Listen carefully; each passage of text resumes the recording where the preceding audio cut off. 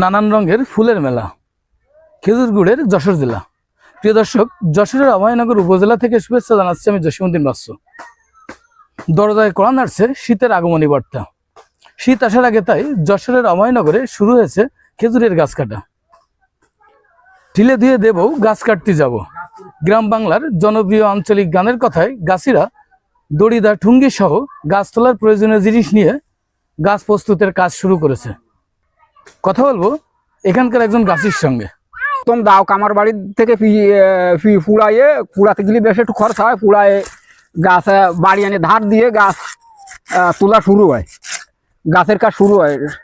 শুরুতে কিছুটা ঘাটতি যায়, শুরুতে গাছের খাটনি বেশ। 3-4 বার পরিষ্কার করার পরে রস শুরু হয় শীতের শুরুতে। খেজুরির রস খুব উন্নত যশোরের। আমরা খুলনার শহরতলি যশোরে বসবাস করি। খুলনা যশোরের শেষ সীমানা, খুলনার কাছাকাছি। খুলনা টাউনের লোকজন আমাদের জায়গায় রস কিনতে আসে। আমার 30 বছর ধরে খেজুর গাছ কাটতেছি, এই আছে 31ই পড়েছে। রস অনেক মিষ্টি রস, বাইরে তো লোকজন এসে রস কিনে নিয়ে যায়। এবং বাংলাদেশের যত জেলা আছে প্রত্যেক জেলার লোক, আত্মীয় স্বজন আছে এই খুলনা জেলার লোকের, এরা রস আল্লাহর রহমতে প্রত্যেক জেলায় যায়।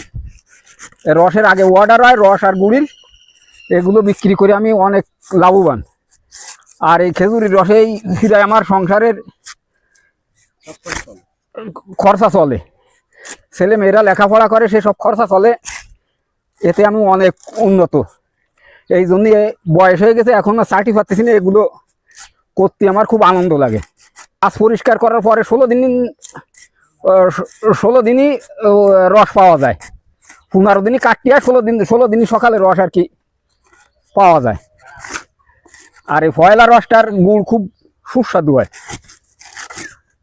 প্রথম যে চাষের রস, এই চাষের রস খুব সুস্বাদু এবং এর দাম অনেক।